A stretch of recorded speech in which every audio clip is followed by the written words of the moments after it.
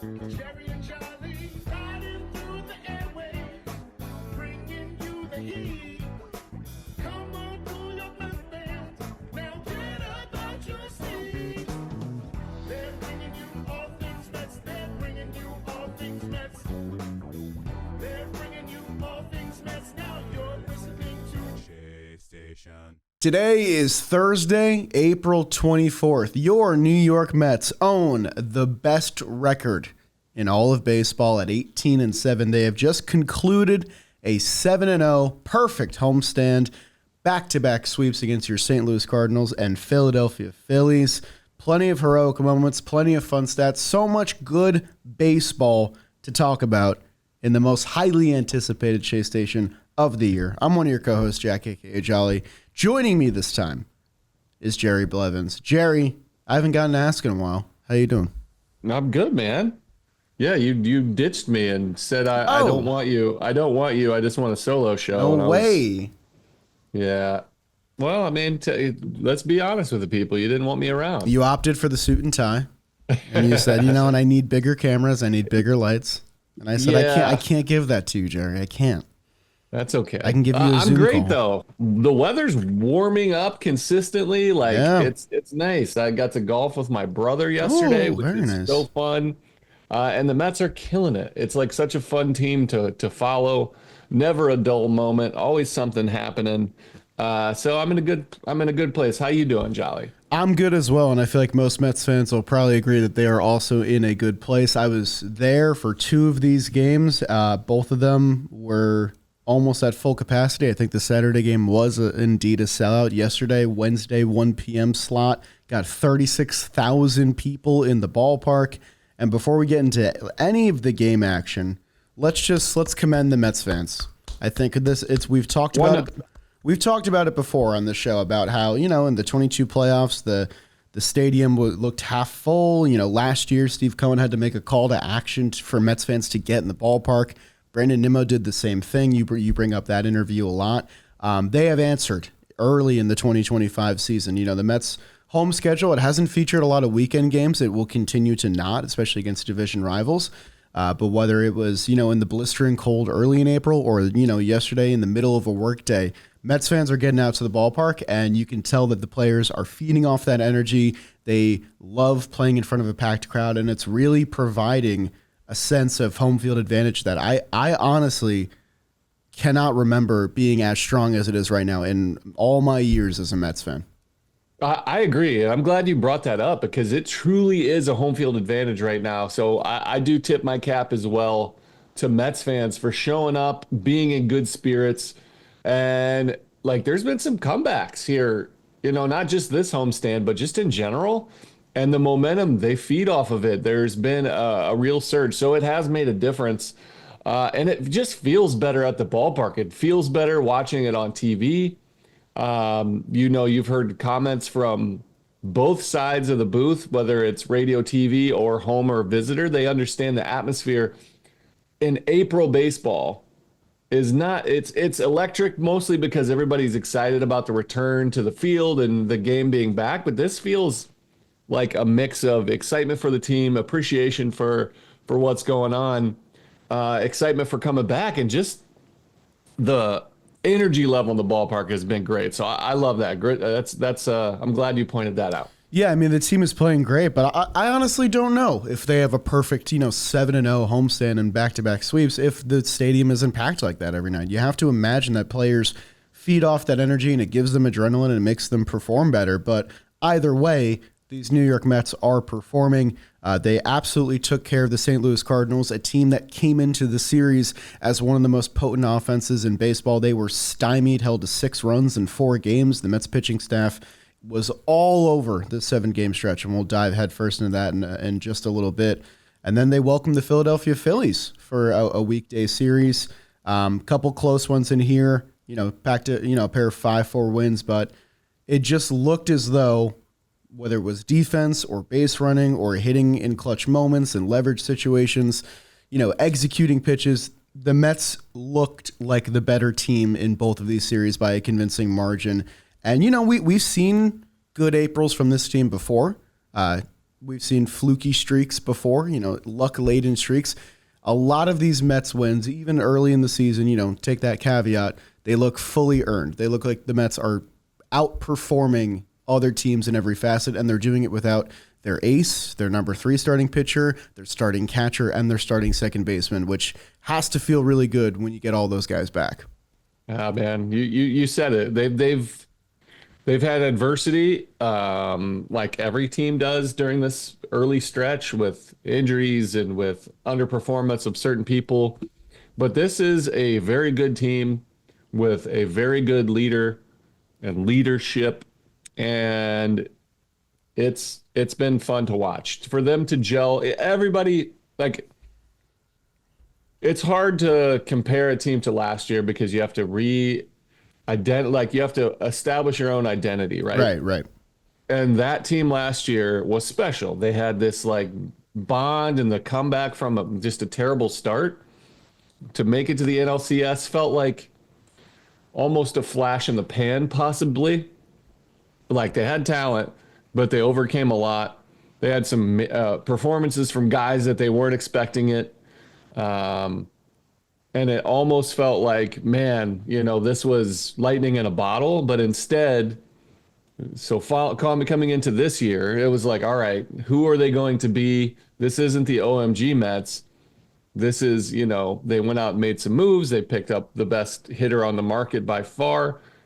What are they going to be? How are they going to establish themselves? And instead of being this lightning in a bottle, they just are thunder and lightning. Like, this team is really, really good. They pitch, they hit for power, they have clutch hitting, they play solid defense. Like, this is a powerhouse.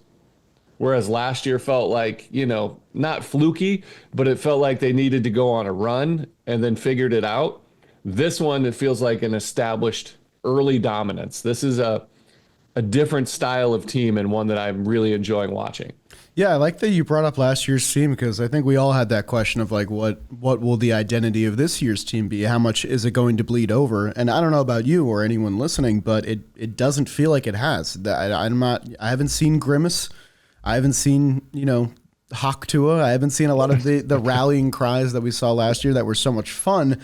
But, at the same time, I think we were all kind of worried, like, okay, we can't let this drag out because, this is a different roster. This team is going to be good at different things. And, different players are going to have different seasons. Pete Alonso's 2024 season is not Pete Alonso's 2025 season. We've already seen several clutch hits and high performing moments and tough pitches to fight off that he's driving into gaps that he just wasn't doing last year. And that is part of what made the 2024 Mets season, what it was. Pete Alonso struggling and then coming through at the end. And you can go through so many different players and attach that message to that. This team, we don't know what the rallying cry will be yet. I'm sure one will pop up because it's the New York Mets. But right now, their identity is that they are just a better baseball team than everyone they play against. And I'm a big fan of that identity, just playing better fundamental baseball than all your opponents. Yeah, man, I agree. I like this one better. That was fun last year. It Yes. truly was a magnificent run. But this is the team that when, the team was sold and they were talking about building a culture and an organizational philosophy, this is how you establish that. You build from within, you bring in the best players to fill in the holes, and then you develop and maximize everybody that you've got. This is a much easier one for us as fans to follow along because there's not as much heartbreak. Yes. There still could be disappointment. There still could be heartbreak. We're very early into the season. We'll see how these performances kind of level out because baseball does that, adjustments, all the above. But as far as the worry that I had of being in clubhouses before, following up a campaign in which you had a great run, it's really easy to try to do the same thing, but these guys didn't do that. They reestablished themselves, and we know who the 2025 Mets are, and it's beautiful. So let's talk about how we got to this point, this 7-game homestand. We'll go back to the beginning. We'll spin it in chronological order. We'll go kind of quick through the let's events run. of the previous series because, it's a week ago at this point. But it started with this Cardinals series. The Mets pitching staff pitched brilliantly throughout this entire series. Like I mentioned before, I believe I got the number wrong. It was 9 runs in 4 games, but still, when you have this Cardinals offense boasting one of the best OPS as a team in baseball going into it, the task was tall for the Mets pitching staff. It started with Griffin Canning, who is absolutely shocking my world right now, dude. He is a pitcher who gave up the most earned runs in the American League last year, and he looks like a completely different pitcher. In this Cardinal start, he was really fun to watch. He kind of had to pitch backwards a ton because the Cardinals have been really good at mashing breaking pitches, so we saw a lot of Griffin Canning's fastball, which we didn't see in a lot of previous starts. Through 5 starts on the year, he's won 3 starts in a row, 3-1, a 3.12 ERA over 26 innings. Another Mets pitching staff reclamation project. Obviously, the bullpen had a lot of shine in this. But in this homestand, he had a pair of great starts, and we're going to talk a lot about this Mets rotation, which still, after 25 games, has the best ERA in baseball. They still do. I mean, the other stuff is not as pretty. The walks are there. The whip isn't great. But they're not letting up home runs. First in home run per 9, second in K per 9, first in ERA. So many good starts to talk about. I guess I'll ask you, has any of the starters specifically stood out to you of the 5? They've all stood out in different ways. Griffin Canning looks really good. Like, this is sustainable to me. Yeah. The numbers will regulate a little bit, but he looks like a better version of himself last year. He's sharpened up his pitch mix, and he's smart as he can read swings and make adjustments on the fly. And he just looks like a complete pitcher. There's going to be bumps in the road with everybody. Like, it's just how it goes. But this looks sustainable to me. Looks like he knows what he's doing out there. He's not doing anything crazy or special. He just knows how to pitch, and he deploys his pitches in the right way. And he's been doing a good job. McGill looks unbelievable. Your boy. Is it happening? It's happening. It might be happening. And I'll tell you, this too, to me, it's sustainable. What I see from Tyler McGill is he's figured out who he was as a pitcher. Who are you on the mound? And he's executing. That, to me, that's the number one thing that he's doing. He is hitting his spots way more often. He's getting ahead of guys versus falling behind. His pitches are always in the proper shape. They may not always end up exactly where he wants, but he's executing. His slider is always sliding, and that is a lot more predictable, and you can do a lot more when you're inside of that. So I love what I've seen from McGill, his demeanor on the mound, because he understands what he's trying to do. It's a very pitching is, especially starting pitching, is very complex. The more you can simplify that by getting rid of all the thinking about mechanics, thinking about, am I confident in my pitch selection, to be able to just do it confidently makes everything so much easier. And he looks like he's coming into that. I love what I've seen from there.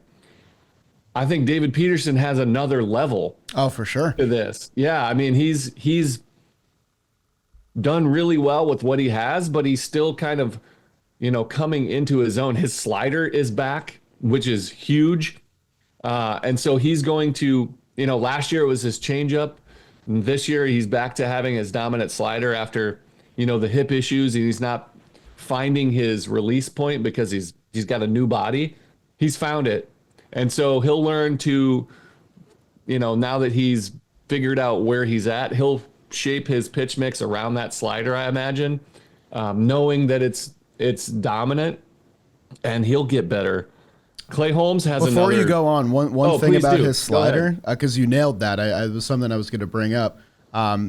So it's been his strikeout pitch. Every pitch in his 5-pitch arsenal has a strikeout rate of 15% or lower, except his slider, which is 61.5%. He's using it to just absolutely devastate hitters, whether they're lefty or righty. And it's cool because this was his worst pitch last year, and it appears to be fully back. And I fully agree that I don't think we've seen the best of David Peterson. We've seen a mature David Peterson that's not getting rattled. You know, in the Philly start yesterday, he didn't look great. They got 8 hits against him, but he kept his composure, turned in a quality start, and it helped the Mets win that game. Absolutely did. For Clay Holmes is interesting. It's a project. He's kind of like what we talked about with McGill, where McGill has found his way and established who he is, and now he can tinker within the parameters of knowing what you do really well and what you don't do well. Clay Holmes is figuring it all out, but he's doing it with plus stuff. Like, he's got incredible stuff, great movement. He's learning, but he's already ahead of the curve. So I like what I've seen from him so far. Spring training had you daydreaming about just pure dominance forever. But we all know, especially, former players or players, that you can't worry about spring training. It's not, when you stink in spring training, you don't stink in real life. And when you're dominant in spring training, you're not going to dominate in regular season. It's just figuring it out. I do like what I've seen from him so far, and I only think he's going to get better the more he pitches. And then Singa, I am worried about. Oh, really? I'm worried about him, and not because I'm worried about him because his stuff just isn't quite there. Yeah. The dude knows how to compete. Singa is really good. He's been great. I mean, like, great. The numbers there, the earned runs, all that. He's just not getting the same swings and misses that we have become accustomed to, especially with that forkball. I think it's coming. I think it's just a matter of getting innings and building back up. I'm worried about him in the sense that I'm not sure he can sustain this level of success without finding that pitch again, figuring it out. I think he's overperformed what he's at. Like, the numbers are better than what he's looked to me. I think he can get right back to it, and I think the Mets need him. The bullpen has helped out a lot with this whole rotation, being able to, leave guys on base and know that they're not going to score. The confidence that it helps knowing that the guys behind you are going to pick you up. But they've been great. I think they'll all be really good. It's been really fun to watch, and they're missing Sean Manaea, who would have been their opening day starter, who they're counting on to be their ace, and Frankie Montas, who was probably going to come in and be their 2 or 3. Pretty incredible to watch. Yeah, it's funny. I think Frankie Montas was supposed to be this year's Luis Severino, but so far it's kind of been Griffin Canning, who, worst pitcher in baseball, and then comes to the Mets and is having a nice year. I mean, that's kind of the same story. It's just funny to think about. I wanted to touch on Senga a little bit. The command was really erratic in his start against the Cardinals. His final line is 5 2/3, no earned runs, 5 base runners, 4 strikeouts, and a win. Like, you take that to the bank every time. But if you watch the start, it really felt like he only knew where the forkball was going. He's still working in this new sweeper. He's using it a lot against lefties, not righties, so he's kind of using it in a reverse fashion. And his fastball, he had a couple that really sailed and, some scary pitches there. So I do agree with you, actually, that, you look at the numbers and you're saying, oh, well, he's on an 18 2/3 innings scoreless streak. How bad could he be? I think there's a level to him being better. And I think the Mets have done a good job protecting him in this 6-man pseudo rotation where he's getting that off day. He's going to get the first game in Washington after today's off day. And then he touched on Clay Holmes, who really is still finding himself, especially with his pitch mix. The pitch that he's been favoring is his changeup, which is a new pitch for him, and I guess it feels the most comfortable. But you're only going to get away with so many changeups to right-handed batters, so he's going to have to figure some things out. The sweeper hasn't looked great for him after it looked so good in spring training. So, again, these Mets starters are still working out the kinks, and they're still performing at this level, which is the point to be made.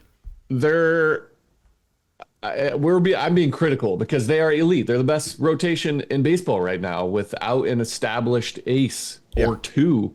Every single one of them overall this year, I'm looking at Fangraphs and they rank overall. The worst one is Griffin Canning at 56, which is crazy. And it's crazy. And the best one right now is Tyler McGill at 28. So between 28 and 56, you have 5 guys that are just completely dominating. it's overcritical to try to break it down, but we're trying to look big picture here. Oh yeah. Clay Holmes is interesting because, he was like a 96 plus sinker guy, and he's not doing that right now. He's not throwing that hard. What's his average velo? I think it's somewhere around 95. Let me see. Yeah, I mean that's a big difference. I think it might be even lower than that. Let's see. I'm losing my numbers. Oh yeah, you're right. No, 93.6 on a sinker currently is his average. What was it last year? Last year it was 96.6. I mean, that's 3 miles per hour difference is huge, but it also might be intentional. I think so too. Yeah, I think it's to try to intentional. build up and not, 1 inning to 6 innings is a big difference. So learning how to pitch, backing it off is really difficult to do. And he's figuring it out. So Yeah. I love figuring it out, and being the 31st ranked starting pitcher in all of baseball is incredible. It's not bad. So I love everything I've seen from all of these guys, but I'm trying to give our listeners or our watchers on YouTube an understanding on where these, where this could be going, because it is a long season, and I'm trying to be, objective on all this. Yeah, I mean, workloads are increasing. Canning threw 102 pitches in his St. Louis start. That's the most of any Mets pitcher this season. Clay Holmes set a season high with 6 innings, and he set a career high with 91 pitches in his St. Louis start. Just some quick stats here before we get into the game events. Kodai Senga has the second best ERA in MLB, 0.79 of pitchers with 20 innings. McGill is fifth, 1.09. Tyler McGill and Clay Holmes, they're 2 of only 6 pitchers with over 20 innings and 0 long balls allowed this year. So they're keeping the ball in the ballpark, throwing strikes most of the time, and still figuring out who they're going to be Arsenal-wise. Yeah, I just want to did you say Griffin Canning is this year's Luis Severino? I think he might be. Okay. See, because I see Griffin Canning as this year's Jose Quintana. I think they're the way Pitch they style, mix I agree with that. Yeah, Sevy's a different pitcher than Canning. Dude, Yes. Quintana, did you see Quintana's numbers? How did he not get signed until April? People don't appreciate It's guys. insane. Again, he is. I mean, he's incredible. He has a 0.96. Yeah, and he had to wait to get That's a job. insane. He's dominating, and he's doing it in a style where he learned. He's always been a very good pitcher. Right. He's been elite at times. At this point in his career, the New York Mets, pitch lab and Hefner, like, it's a thing, man. It's Ryan a thing. Stanek, not to interrupt you, Ryan Stanek Yeah. said, a guy who's been with Tampa Bay, a guy who's been with Houston, he said that the Mets pitching lab is as good as any he's been a part of in his entire career. I think that is a massive testament, because I have to imagine that the Mets have pulled resources from teams like that to build what they have now. Guaranteed. And they're this is another beauty of having a competitor that owns your team, like Stevie Cohen with deep pockets. This guy's competitive by nature.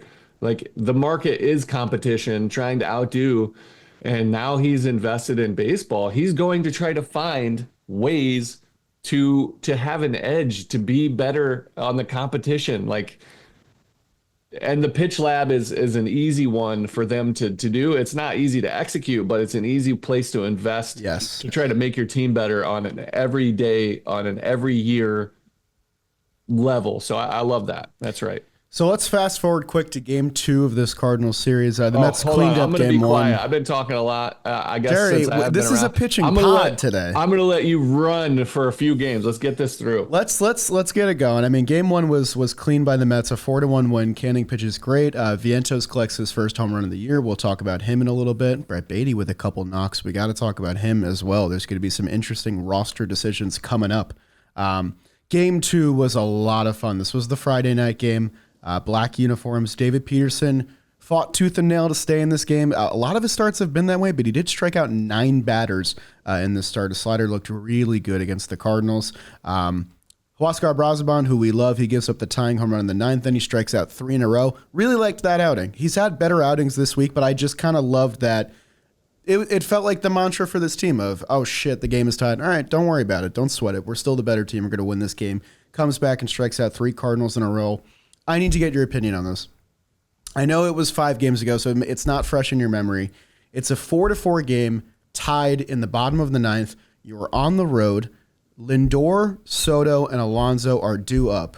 Do you agree with Ali Marmol not using Ryan Helsley, who is arguably a top 5, top 3 reliever in the game, and instead going with a reliever with a 7 ERA? Because when I saw that happening, I thought for sure that the Mets were going to win the game, and then 2 pitches later that they did. Yeah, I don't agree because I agree with understanding that I wouldn't necessarily have to use Helsley there, but the backup, like who is he using instead? I disagree with that. Like, it's not a safe situation. It's not like a tie at home.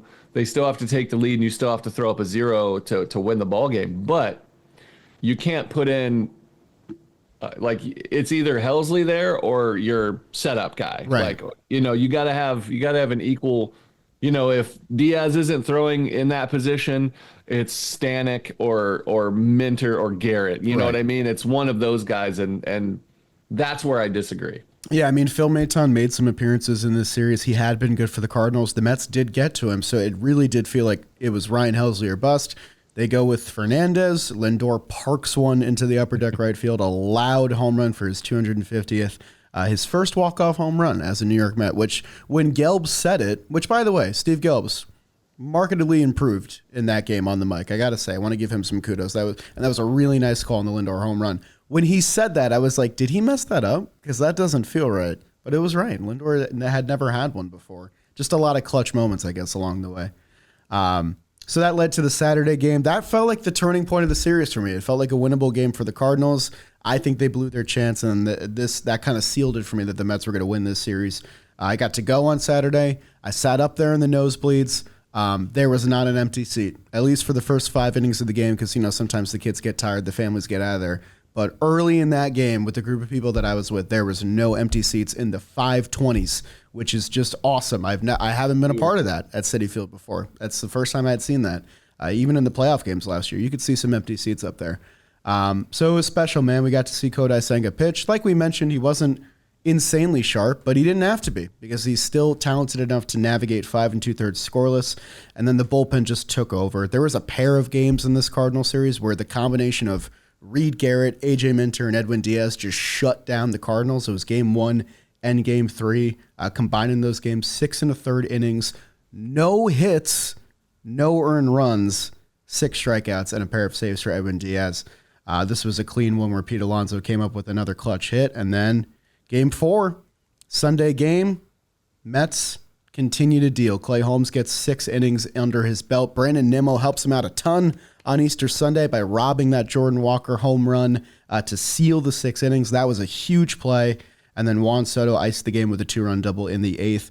The Mets complete a 4-game sweep of the Cardinals in New York for the first time ever, and it's their first 4-game sweep of the Cardinals since 1986 overall, which I remember being a pretty good year. The Mets pitching held the Cardinals to 22 for 129 in the series. That's a 171 batting average with 43 strikeouts. Just an absolute beautiful performance by the entire Mets pitching staff. There was a lot of clutch hitting here, but for me in this 4-game series, the pitching deserved all the shine because they were just the key in all of these games. Clutch pitching performances through and through in all of these games. Yeah, it's been a heck of a run for them pitching staff. It's fun to watch. Like everybody's stepping up at different times and in different ways. It's a lovely series for them. Tough on a very hot offensive team at points in the St. Louis to get shut down like that. But Jerry, let's talk about the fun stuff. Let's talk about the good stuff because they didn't go 4-0 on this homestand. They went 7-0 on this homestand, which involves another sweep. And it was your Philadelphia Phillies coming into town, a team that had performed pretty decently. They were right behind us in the standings. So this was kind of a big early season series. It's hard to feel that way all the time in April, but these games matter just as much as the games in September. And you could tell that these guys were taking it just as seriously. Game 1, Tyler McGill punches out 10 Phillies and allows 1 hit in 5 1/3. Lowering his ERA to 1.09 on the season. He was pitching with a lead because Francisco Lindor hit another leadoff home run. He's got 3 leadoff home runs already this season. This is a 3-for-4 night for him with 2 home runs, but he's hitting .500 as the first batter of the game, which is ridiculous. I'm so glad that the Mets figured out what his spot in the order is going to be for the rest of his career, because it looks like he's never moving out of the 1 spot under any circumstance moving forward. The Mets got Aaron Nola again in this game. Jesse Winker, that's just his get-right pitcher maybe, because he gets a couple loud knocks against Aaron Nola. The Mets had a 5-0 lead in this game. The final score was 5-4. It was the first time where I think Carlos Mendoza might have had to stretch the limits of his bullpen, to protect guys and get guys a rest day. Max Kranick looked clean for 2 innings. Then he tried to stretch him for the 3rd. Kind of looked like Kranick wasn't ready for that workload yet. He was way more erratic, walking a couple batters, gave up a run. Edwin Diaz has to come in with a couple runners on. He comes in against Bryson Stott, and as soon as I saw that matchup, I was like, I just feel like this is going to end badly. I've seen this end badly so many times. Bryson Stott absolutely owns Edwin Diaz. I think he's 5 for 8 with 3 home runs or something like that. He gets him here, 3-run homer, but then Diaz bends but does not break. Strikes out Trey Turner and Bryce Harper on 7 pitches to secure the save. So game 1, 5-4 win, but it was all Mets for 8.5 innings of this entire game. Yeah, incredible run. Nice to get that first win, and especially Lindor leading off with a home run. It sets the tone for everybody. Everybody takes a deep breath and says, all right, we're good. We're ready to go. Game 2, Mets lineup was able to chase Christopher Sanchez after 2 innings on 58 pitches. He left with left forearm tightness. I haven't seen another update since then, so maybe he's still day-to-day, but it was a large Phillies bullpen game, which Mets fans know is going to be a pretty good thing from last year's playoffs. Griffin Canning, terrific again. 5 innings, 1 earned run. He got a really clutch strikeout of Nick Castellanos to end the 5th inning. 2 on, 2 out. Could have been a game-changing moment. Just tossed him a couple sliders low and away, and Castellanos chased with runners on. And Canning's able to get out of it. Showed a little emotion, which I like. First time I saw that from him. Getting fired up. Good for you, Griffin Canning. Pete Alonso was the clutch hit again in this game. The RBI double to make it 3-1. We got to talk a lot about Pete Alonso once we're done recapping these games. But Luis Torrens deserves his shine as well. 2 out, 2 RBI single to ice the game 5-1. He has been so important to this team in the absence of Francisco Alvarez, who might be coming back for this weekend series with the Washington Nationals. But Torrens has become something of a folk hero in Mets fandom, which is really cool to see. The bullpen absolutely killed it in Game 2. 4 more shutout innings from Brazoban, Minter, Stanek, and Budo. It's a different combination every night, but the result is the same. Shutout innings. No one's getting a hit. You might get a walk or two, but you're not going to score in this bullpen. Clutch play in this one. Ryan Stanek didn't look amazing in his inning in this game. I remember a little erratic. 4-pitch walk to start it off, but Tyrone Taylor picks him up with the deke fly ball in center field, catches it, and doubles off Schwarber at first base for a clutch double play. And you just felt like the Mets were going to take the game from there, which they did by a final score of 5-1 to clinch a series win. That was you nailed it. We'll talk about Pete because he deserves full conversation. But huge from Torrens that hit. Yeah. Because he's had some loud outs and some rough goes, but to see the emotion come out for him, that was great. And then Tyrone Taylor, he struggled offensively, but he's always played solid defense. That was just a high baseball IQ play, wonderful, and he executed it. He did have the 4 strikeout game yesterday, but I did feel like leading into yesterday's game, he was taking better at bats. I think it's just playing every day. You're going to get into a better rhythm of things. So hopefully we see some production from Tyrone Taylor. And hopefully we see more production from a guy who got a huge hit yesterday, and that's Brett Baty. We don't know the fate of Brett Baty just yet, with reinforcements on the way for the Mets, but he made his case known with a very loud 2-run bomb off Zach Wheeler in the 2nd inning. I have to tip my cap to Mike Mayer for delivering this stat. Wheeler has thrown 1,200 pitches in the StatCast era, which is basically 10 years at this point. Only 3 of them have been hit for a home run as hard as Brett Baty hit that home run yesterday. I don't know. We'll see. The Mets, whenever they see a Zach Wheeler fastball, it almost looks like they just recoil into themselves. Not on that pitch. Brett Baty turned on that thing and lifted it, and that was nice to see. Brett Baty been swinging a better bat recently. David Peterson, as we mentioned before, got hit around a little bit in the start, bended but did not break. That's kind of been a theme for this Mets pitching staff. 8 hits surrendered, only 2 strikeouts, but he gets through 5 1/3 with 2 earned runs. This game was tied late after Zach Wheeler turned in a pretty nice start. The clutchest play of the game, in my opinion, is the 8th inning outfield assist from Juan Soto, gunning down Nick Castellanos at the plate. The throw is the story. I think the tag was more important. Hayden Sanger reaches across his body, whips back around, and is able to tag Nick Castellanos on a pretty bad slide to just get him out at home plate. That could have been a game-deciding moment. Francisco Lindor came up in another opportunity in the 9th to be the hero again. I was in the stadium. We all felt like it was going to happen right there and then. He grounds out to second base because he's a human being. He's not going to come through every time. It's a shame, but it's true. So we go to the 10th. Edwin Diaz had pitched a clean 9th. We'll have to talk about the Edwin Diaz injury. I'm not sure what to make of it yet. There were some really interesting quotes that came out post-game, but he exits in the 10th.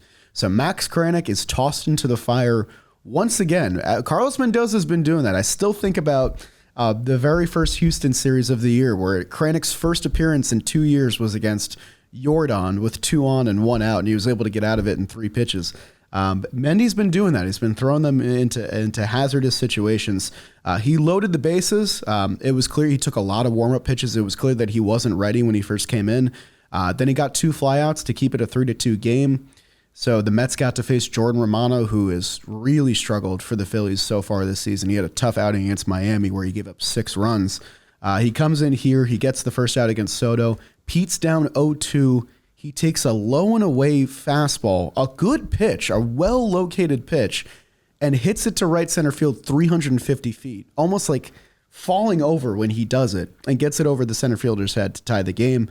From there, it just kind of felt like the Mets had it wrapped. Starling Marte gets another walk-off hit in a Mets uniform with a little bloop to center field. The Mets win 5-4 in 10. They sweep the Philadelphia Phillies. They extend their division lead to 5 games, the largest in baseball, and the vibes are high in Queens. No, the vibes are high. Edwin Diaz, the injury to me. First of all, I've been worried about Edwin Diaz. Yes. Since spring training. Still worried about him, just overall execution. I'm not really worried about this injury.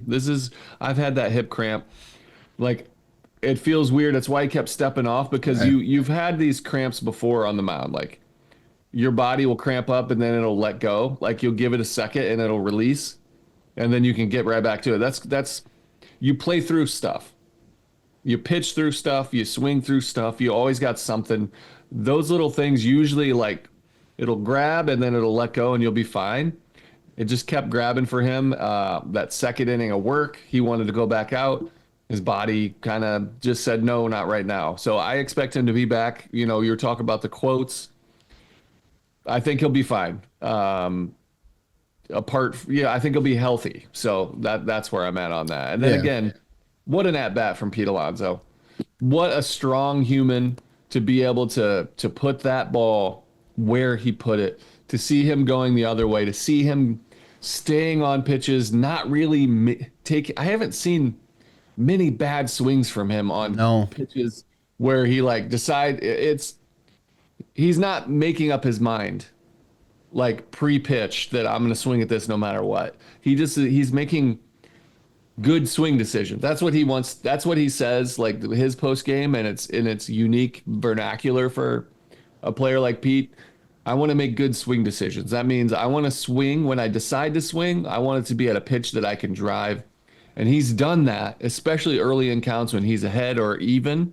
And then when he's behind, he's done an incredible job of not chasing absurd pitches and swinging at ones that are borderline and being able to reach them and still power the ball over. The fact that he got that ball over the center fielder's head. It's wild. I thought that was going to fall, like the way he swung in the location. I was like, I thought it was a hit, but I thought it was going to be behind second base. Yeah. Like in that no man's land. I mean, I was in the stadium first base line and that ball got in the air and I turned to audio jack and I said, sack fly, let's go. We're tied. Yeah. And then it got over Stevenson's head. I was like, how is it at the wall? That makes no sense. It's insane. Same. I was like, that might be, charging in. I didn't know if it was going to be a sack fly even at first, but Man, he's strong. So he's been incredible. I mean, I'm being hyperbolic. I don't know. I don't have all his months in front of me. Let's be hyperbolic. I think this is the best month that Pete Alonso's had as a major leaguer. I mean, I know that 2019, some of those numbers get crazy. The ball was flying out of the ballpark. I understand it. But in terms of watching Pete Alonso at bats on a day-to-day basis, I have never seen him this locked in. His walk rate is still higher than his K rate. He has the second most RBIs in baseball, tied with Judge, the highest OPS plus in the National League, the only guy over 200 in the league right now. And he had this was like almost a quiet homestand for him. It was 4 extra base hits, a homer, 4 RBIs, 993 OPS on the homestand. His numbers went down on the 7-game homestand. And that just speaks to how absurd he's been playing. He's got an RBI in 4 of his last 5 games, and he continues to come up with clutch knocks for the Mets. You got to remember that if Alonso's down 0-2, and he missed a pretty meaty Jordan Romano slider in that at bat as well on the first pitch. That was a pitch to hit. If he goes down on strikes there, Nimmo comes up the next at bat. Nimmo hasn't looked great lately. He didn't have a good game that night. The game might have ended right there and then the whole tone of that Phillies series kind of switches up. I mean, it's still a very successful series for the Mets, but it did feel like their game to lose that entire time, and that was the exact guy you wanted up in that moment. Pete Alonso was the guy you wanted up there. So shout out Pete. He's looked so good. Really carrying the Mets offense. I mean, you're right. We've seen him have spurts of this locked in, and we've seen him have better, I guess, home run spurts where everything is a home run, but we've never seen a sustained run like this of how locked in he is at the plate. Like locked in where he's taking his walks, pitchers are making pitches and he'll spoil them or get him for a base hit. If it's a mistake, he's crushing it for extra bases. Like he's just been, absolutely dialed in for, this has been all season, which is an incredible start to the year. One where he's carried this Mets offense on his back until some of the other guys started to creep up. He's going to be, I hope he remains patient because teams will start walking him a lot more. Yes. He is not going to get pitches to hit. If he can stay locked in, like mentally focused into his swing decisions and take his walks, he can stay locked in. But if he gets into this, this is where you get out of a hot streak, is where you're like, I'm swinging the bat so well that I have to keep swinging. Yes. And that's where pitchers take advantage because they're like, this guy wants to hit because he's killing the ball. Let's just we'll move it this far outside and see if he still thinks he can get it. So if he stays locked in, he's gonna take more walks, and then the guys behind him, hopefully like Vientos, Nimmo. Vientos is starting to look better. Yep. Nimmo still, we're not sure what we've seen so far, but he's gonna be pitched around quite a bit. I did some quick searching through Pete Alonso's 2 best seasons, which are 19 and 22. He's never had a month with an OPS this high, 1.1. He's had a couple 1,000s, especially in 2019 when he had, a 9-homer, 10-homer month. He's only had 1 month ever with an on-base over 400, which is what he's currently doing. He's taking his walks. He's staying disciplined. I don't know, man. I know that, Pete Alonso's capable of the 10-homer month when he's at his absolute apex. I prefer this version. He leads MLB in doubles, which is great and all. 14 walks to 15 strikeouts. That's not what you think of when you think of Pete Alonso. And that just makes him so dangerous when he has such a knowledge of the strike zone and the restraint to not expand the zone, even in high pressure moments like that. So it's really special to watch. And I know we said it last time, but you can just see that he's playing so much more relaxed this year. He's not pressing as much. I don't think he just feels the same pressure as he did last year. And you know what? Hitting behind Juan Soto doesn't hurt either. So just very, very happy for Pete Alonso. You mentioned Mark Vientos, who had a better homestand this time around. Still, a lot of strikeouts in this series and, a couple of long swings. But I'm happy to report with my quick math here that Mark Vientos has a hit in 8 of his last 9 games, which is pretty good. In that span, 835 OPS, 2 homers, a 265 batting average. Slowly but surely, we're seeing Mark Vientos return to a consistent, productive offensive approach. Not quite to the level we saw last year, especially down the stretch, but I have no doubt that I think Vientos can get back to that at a certain point. It's a marathon, not a sprint. I agree. I think he can get right back to where he was last year. And what he did last year, the team needs desperately. Yes. So they need another bopper, another power threat. And he's still, even though he hasn't been hitting, he still is a presence in the lineup. So he's still important, even though he's not performing right now. The threat of his performance is still working out in Mets' favor. And I expect him fully to rebound and be on his way because his at bats are starting to come together.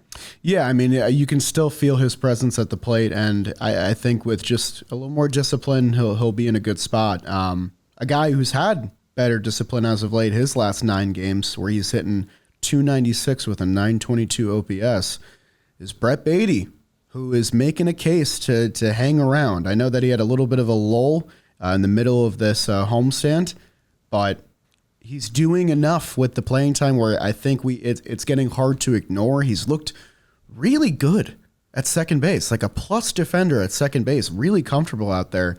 And with Jeff McNeil coming back and Francisco Alvarez likely taking the spot of Hayden Sanger, someone's got to go from the position players. And I want to start this discussion by saying that it should not be Luis Angel Acuna outright. I know that he's the youngest, he has the least major league experience, whatever. His skill set for the Mets right now is so important. The dimension of speed that he brings, his ability to put the ball in play, how well he plays in middle infield defense. I don't think there's any world where you can send down Luis Angel Acuna, and I think the Mets know that, and they won't act on that. So it comes down to Brett Baty or Jose Azocar, who has come up as a reserve outfielder for the Mets for Jose Siri. So I guess the question is, do we believe that the Mets can find center field production out of Acuna and Jeff McNeil and these kind of weird experiments they're trying out with their infielders, or is it going to be Brett Baty going down? It's tough. That is the question. For me, Brett Baty, it's too little too late. Oh, wow. He had a chance to establish himself. He looks great, but you got Jeff McNeil coming, who's also a left-handed hitter. 100% you can't send Acuna down because of his speed. He is you nailed it with the skill set. He brings a dynamic approach to aspects of the game that nobody else on the roster can. Even if he doesn't start, you can pinch hit him or pinch run him late in the game, and he can make something happen.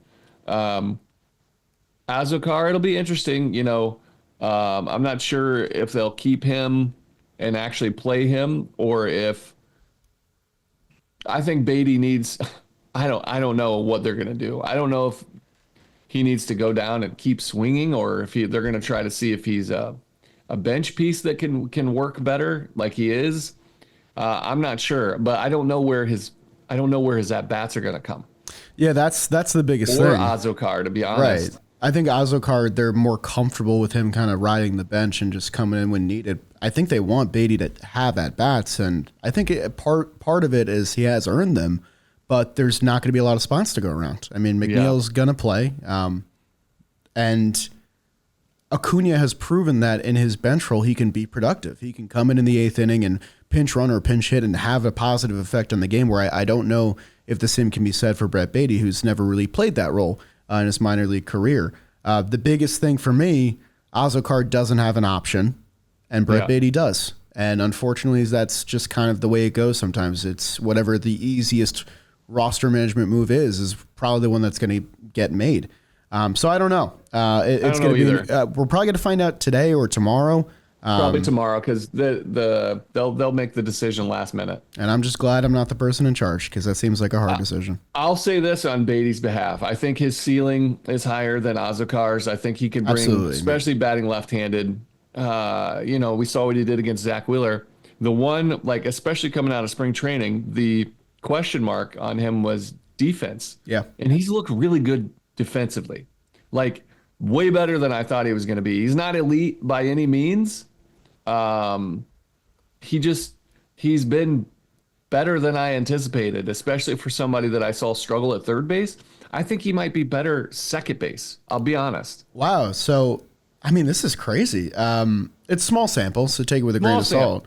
He's 87th percentile now. It's above average right now. He's very much a positive defender at second base, where he's had seasons like in 23 where he was -4 at third base compared to +2 now. I don't know. Like, fielding metrics get weird. If you want to use your eye test, he's looked good. Like, he looked great yesterday. He turned a really nifty force out with Francisco Lindor on a jump play where he kind of had to pick it at second base. He made it look easy. So good. I mean, that's good. We learned something about Brett Baty. There's another dimension to his game where he could be this utility infielder. Injuries are going to happen. Brett Baty's not going to stay in AAA the entire season. If it is him, it's just tough. It's a good problem to have. I think we should lead with that. It's a good problem to have when you have so many talented position players that one has to go. It'll be interesting to see the way they go and what they anticipate happening. You know, this is an internal discussion on can Brett Baty go down and still be counted on to come back and be successful, or do they have to? This is knowing your personnel, knowing personality, knowing emotion.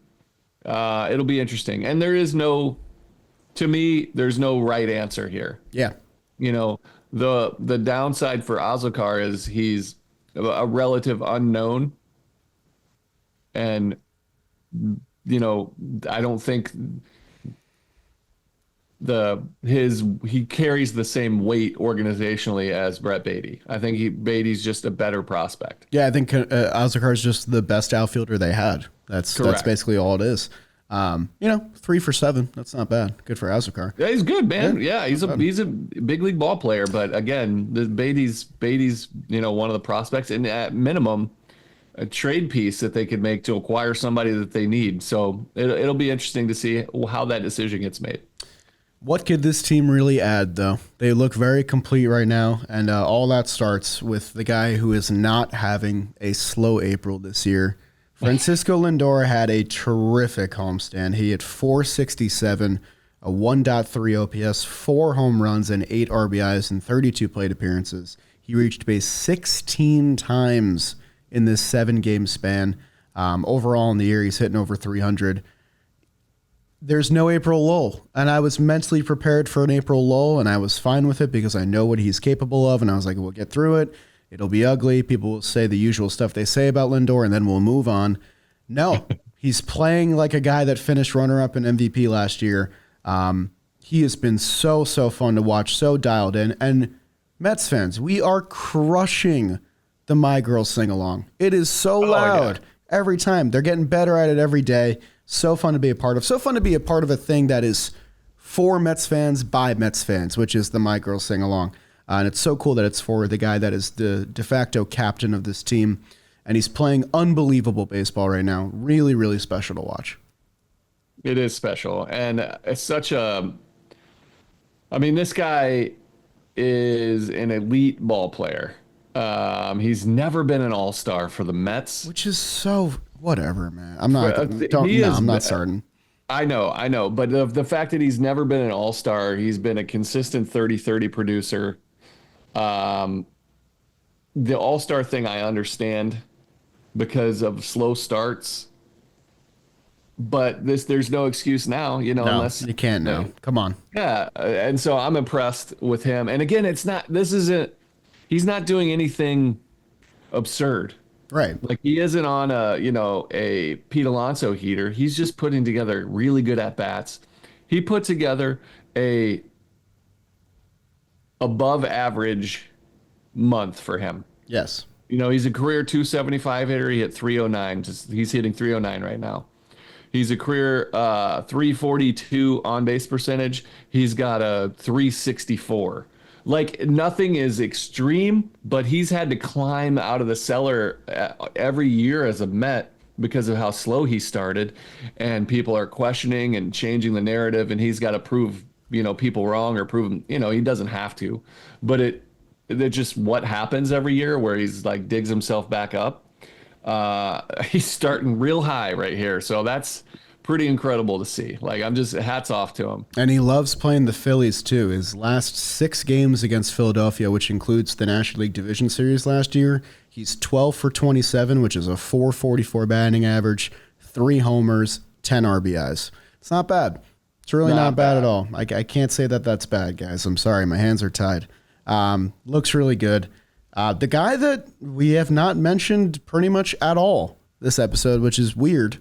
And it's weird that the Mets are 18-7 without him doing, to put it, not so delicately, anything, is Juan Soto, who kind of, I don't want to say sleptwalk because he's had good at-bats here and there, but, just was kind of a dormant figure in the Mets lineup through this homestand. A homestand that he still did fine in. He had a 355 on base in 7 games, drew more walks and strikeouts, had 5 RBIs in 7 games, which is solid. But it still has not really felt like he has gone yet this season. And it's just, it's a back and forth. It's a double-edged sword of like, you want Juan Soto to be better than a 753 OPS and 3 home runs. But at the same time, imagine when he is better. How much better will this team be when you not only have McNeil and Alvarez back in the lineup, but Juan Soto hitting like we all expect him to? It's a scary thought. That I think you nailed it. The team has been doing it without him. Yeah. He's not. He's so good that he's still got like a 116 OPS plus, 16% better than league replacement. But when you're a career, what's his career? 159 OPS plus. Your OPS of 950 is your career average when you're at 750. It feels pretty sluggish. He's having a rough start for his Mets career. I'm not worried about it. And actually, like you said, it's actually exciting to see how well this Mets team has played without him being himself. And I think it's probably like a good thing in the long run because he doesn't feel like the team he has to carry the team. Other guys can help him out, and I think it'll put him at ease once he strings together some games. Again, 0% worried about him. More excited to see what happens when he catches fire. I think it was game 1 of the Philly series where he turned on a high fastball and roped it to upper deck right field. I think it was maybe an inch or 2 foul. And I was so excited because that was the first time I saw that. I was like, oh my God. It'll come. And Mets fans keep delivering those ovations. Soto said himself that he said that I don't think the fans realize how much that means, which I think was so cool of like, it could have gone the other way. The Mets fans could have started booing him. Like that very much could have happened. They went the other way. They cheered him on, and he spoke about how much that had an impact on him mentally, which, keep that up. Yeah, for him to mention it and to acknowledge it and how much it meant, that's a big deal because he's not the most emotional. Yeah, he's not he doesn't emote very often or very strongly. That meant a lot to him. He's a very stoic individual, and that's something you have to know about him. Like he's a businessman. Yes. Like he's head down. He answers his questions when he has to. He's professional. So for him to step outside that comfort zone of just doing his job, pretty cool. And hats off to Mets fans. And that's going to be a big part about being a Met going forward is that those players embrace the fans in a heavy way, and they constantly reference them as like the pseudo 10th man on the field. And you really felt that at Citi Field this past week, and it was cool to see Soto acknowledge that in such a candid fashion. The Mets are 16-4 in their last 20. They are 12-1 at home this year. The best home start in franchise history. It's only their second undefeated homestand of 7 games or longer. The only other one came in 2015 when Jerry Blevins was on that damn roster, folks. Last thing here, these Mets absolutely own the Phillies on their turf. 20-6 against Philadelphia at Citi Field since 2022, including the division series, and they're 7-0 in their last 7 matchups on their home turf.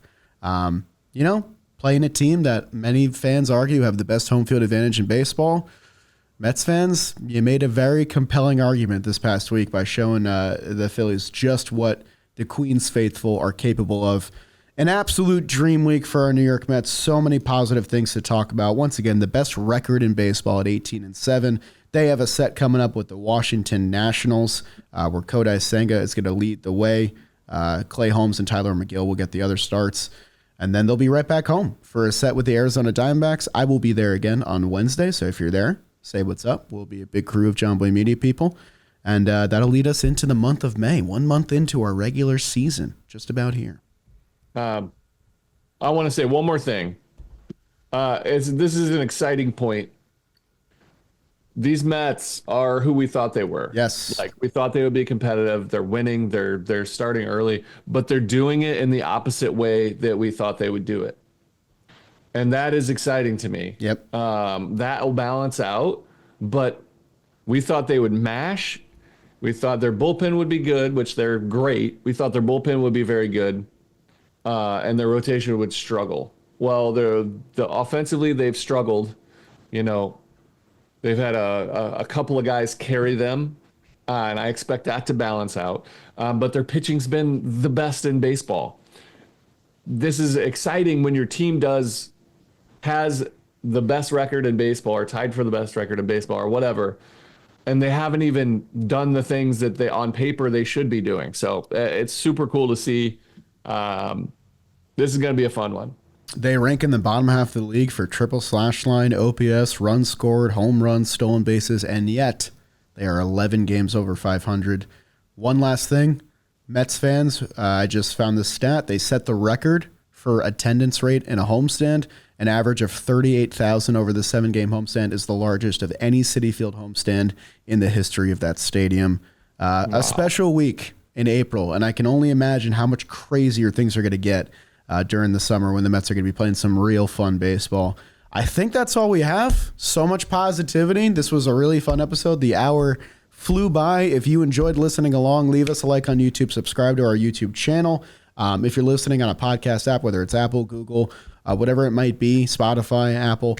I said Apple already. Leave us a review, leave us a rating, all that good stuff. Apple Podcasts as well, in case you're listening there as well. And thank you so much for supporting the show. Check out drinkfieldofdreamswhiskey.com/Shay in the link down below. I just got my 2 bottles. I'm not at home, so I can't show them off. Next time I'm home, I will show off my bottles. Excellent product. Shout out Jerry and his crew. And thank you all for listening. We'll see you next time. LFGM. Let's go Mets. Let's go Mets, baby. Jerry and Charlie, Shea Station. Jerry and Charlie, thank you all for coming. Hope you enjoyed the show. We will see you next time, where we'll be back.